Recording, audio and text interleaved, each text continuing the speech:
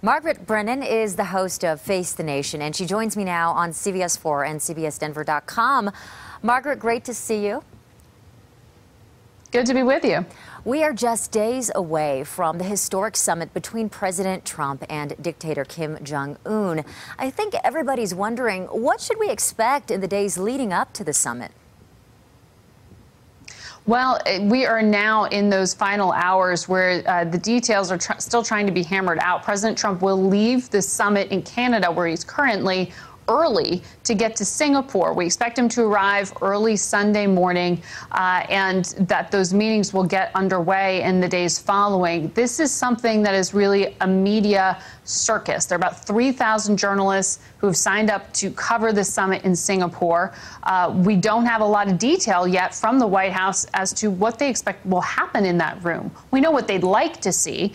They would like to have Kim Jong-un agree that denuclearizing means he'll give up some of his weapons, allow in inspectors, and destroy some of his missiles. But so far, North Korea has not promised to do any of that. They have agreed to this meeting, something that is actually a big propaganda win for Kim Jong-un, because no American president has agreed to sit down with a North Korean leader. And he's only about 33 or so years old. Kim Jong-un has a tremendous leverage here because he has this nuclear arsenal and a threat to the U.S. homeland. And so we'll talk about what leverage President Trump has on Face the Nation on Sunday. We'll speak to Susan Rice, the former National Security Advisor to President Obama, and Ed Markey, who is the senator from Massachusetts who sits on the Senate Foreign Relations Committee. And we'll have live reports from Singapore as well. Looking forward to that, Margaret. Now, there has been some fodder about whether or not President Trump has prepared for this big meeting. Are you hearing anything from the White House as to what type of tone the president might take going into this historic meeting?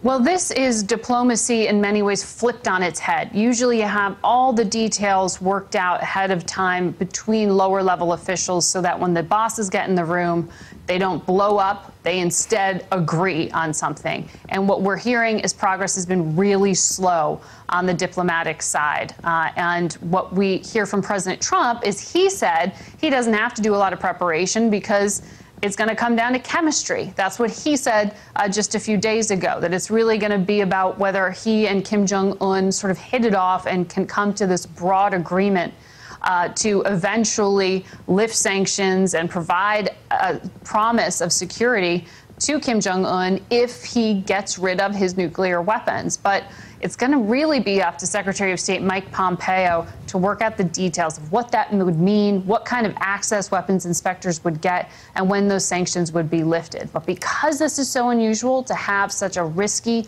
high-level meeting happen, with two not very experienced individuals on the diplomatic side, but certainly improvisational and certainly unexpected and unpredictable, anything could happen at this summit, and that's why we'll be covering it. We're kind of on the edge of our seats about it, Margaret.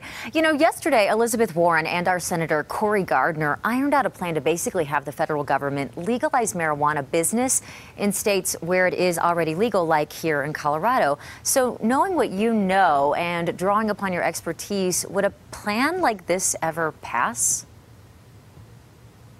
Well, President Trump said earlier today that he was open to actually signing the bill you just described if it were to make it to his desk. Of course, that's what he says. That's not necessarily something that his Attorney General, Jeff Sessions, might agree with, because, of course, that has been an argument. Remember, President Trump ran on this platform of rule of law and really being tough on drug offenders and drug dealers, and his Justice Department has taken a very hard stance, a hardline stance on this particular issue as well. So that is why it was interesting to hear the president say, you know, if it can get to my desk, I'll sign it. But you raised the question, can it pass? So this is another thing that will come down to whether Republicans will perhaps defy the Trump administration policy, but ultimately deliver the president something that he will sign off on in the end, despite that.